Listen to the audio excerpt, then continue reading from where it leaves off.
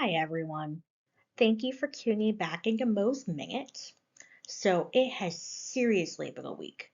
And because of that, I did not get to San Jose to film. And so I instead had to do something a little bit different for today's episode. We're still talking about the Winchester Mystery House, but it's not a live video. So, this is Sarah Winchester, and she was the heiress of the Winchester Repeating Arms Company, and she was pretty much the majority shareholder in the company after her husband and her mother-in-law died. She also went through a lot of death in her life. She lost her husband, her daughter, who was actually her only child, her parents, her siblings, etc. By the time she herself died in 1922, she had only her niece. That was the only family she had left, and as a result, she was extremely superstitious. She believed that she was being haunted by the victims of the Winchester Repeating Arms Company. And since that was once called the gun that took the West, those were a lot of victims. After losing her family, she left her home in Connecticut and came here. She just wanted a fresh start. She purchased this property, and it was originally an 8-bedroom farmhouse. She immediately started construction on it, and for the next 38 years, the house was being constructed 24 hours a day. There were no blueprints either. She just started building. So, as a result, there are like 50 fireplaces, uneven stairs, rooms with no floors, staircases to nowhere, a door on one of the upper stories that leads to nowhere and you'll die if you lean out too far, and multiple kitchens, basements, and bathrooms. She also used to hold seances in the house.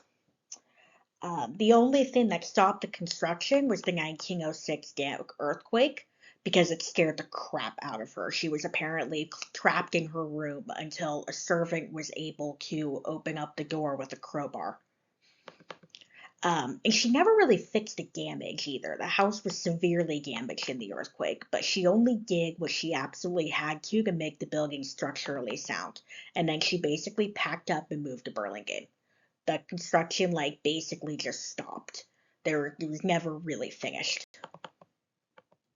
And then after she moved to Burlingame, she never lived in the house again. But the ghost never left. It's unclear who haunts the house. Some people say that she does.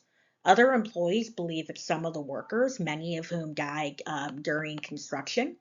It also could be her driver. His name was Frank Carroll, and she actually did a lot for him. A lot of people claim to have seen a spirit pushing a wheelbarrow around, and his name is Clyde. He's actually in this picture. He's the very last one on the right, in the overalls with the hat.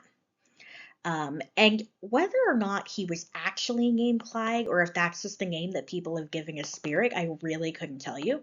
But Clyde is probably the most well-known ghost here. Like I said, nobody knows who haunts it. Houdini came here. He was hoping to credit Sarah Winchester as a nut job, but he wasn't able to do that.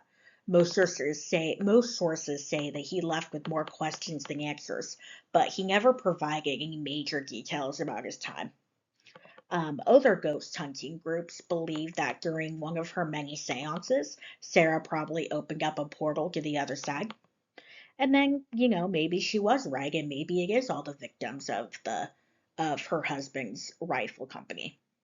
But whatever the truth may be, the Winchester Mystery House is widely known as one of the most haunted houses in California.